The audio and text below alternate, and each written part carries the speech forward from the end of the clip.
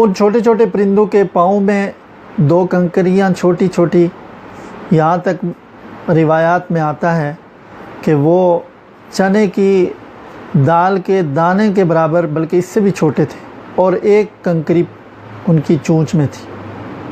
وہ پورے لشکر کے اوپر چھا گئے اور انہوں نے وہ کنکریاں پھینکی۔ ان کنکریوں کے اندر وہ چونکہ اللہ کی طرف سے بھیجی ہوئی تھی، وہ ایسی زبردست تباہ کن طاقت اللہ نے ان میں بھری ہوئی تھی کہ وہ جس بھی شخص کے اوپر کنکری لگی، جس ہاتھی پر بھی لگی، تو اس کو بالکل ایسا بنا دیا جس طرح کہ کھایا ہوا بھوسا ہوتا ہے۔ چنانچہ سورت میں یہی فرمایا گیا ہے کہ ان کو کھائے ہوئے بھوسے کی طرح بنا کر رکھ دیا۔ تمام کا تمام لشکر تباہ اور برباد ہو گیا۔ کچھ جو لشکر کے پیچھے لوگ تھے وہ بھاگ کر کے یمن پہنچ سکے اور انہوں نے جا کر کے اپنی بپتا سنائی، اور یہ بات پھر تاریخ میں ریکارڈ میں آئی کہ اس طرح سے وہ لشکر تباہ کر دیا گیا۔ تو اس صورت میں اس قصے کی طرف اشارہ ہے، اور اب صورت کا ترجمہ کرتے ہیں۔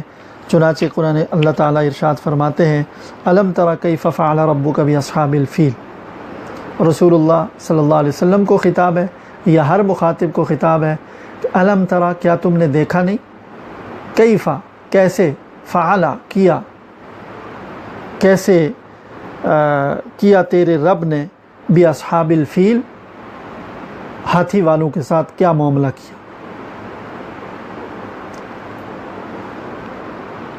الم یجعل کیدہم فی تضلیل، الم یجعل کیا نہیں کیا اللہ تعالیٰ نے ان کی تدبیر کو بیکار، ان کی جو تدبیر تھی کہ خانہ کعبہ کو منہدم کر دیں یا خانہ کعبہ کی مرکزیت کو ختم کر لیں اور اس کی جگہ ایک دوسرا مرکز کھڑا کر لیں، تو یہ ان کی جو تدبیر تھی، یہ جو ان کی سازش تھی، اللہ تعالیٰ نے اسے بیکار کر دیا۔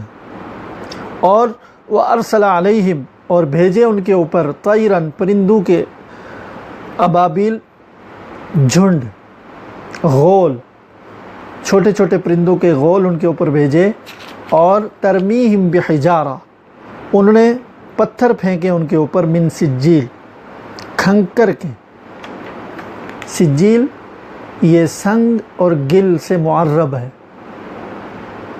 یعنی وہ ایسے تھے جس طرح کے پکائی ہوئی مٹی ہوتی ہے اور اس کی چھوٹی چھوٹی ٹھیکریاں ہوں۔ فجعلہم کعصف مأکول، اللہ تعالیٰ نے ان کو کھائے ہوئے بھوسے کی طرح بنا کر رکھ دیا۔ چھوٹی کنکری نے جو اللہ کے عذاب کے طور پر اللہ کے امر سے آئی، اس نے یہ کام کیا۔ اس واقعے میں کئی معجزات ہیں اور اس طرح کی غیر معمولی چیزیں ہیں۔ ایک تو یہ کہ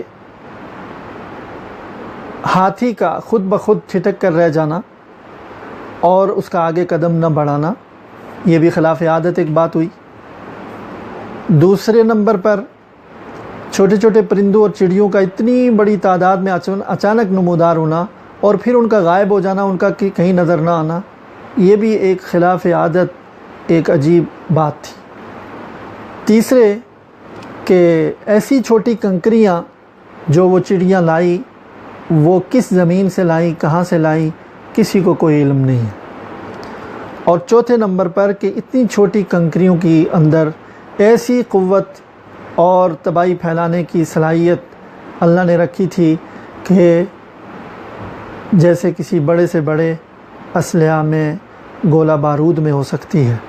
یہ سب عجیب و غریب باتیں اس واقعے میں ہوئی ہیں، اور یہ واقعہ رسول اللہ صلی اللہ علیہ وسلم کی پیدائش سے 50-52 دن پہلے کا ہے۔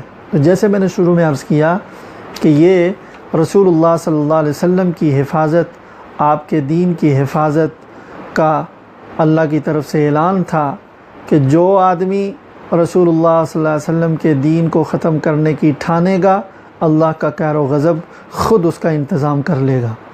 چونکہ ابرہہ بھی اس مرکز کو ختم کرنا چاہ رہا تھا کہ جو آئندہ چل کر رسول اللہ صلی اللہ علیہ وسلم کے دین کا مرکز بننے والا ہے، اور وہ دین ابراہیمی کا بھی مرکز تھا، اس کا ختم کرنا گویا رسول اللہ صلی اللہ علیہ وسلم کے دین کو ختم کرنا تھا۔ تو اللہ تعالیٰ نے اس طرح کا ناپاک ارادہ رکھنے والے کو صفحہ ہستی سے مٹا دیا۔ وآخر دعوانا ان الحمد للہ رب العالمین۔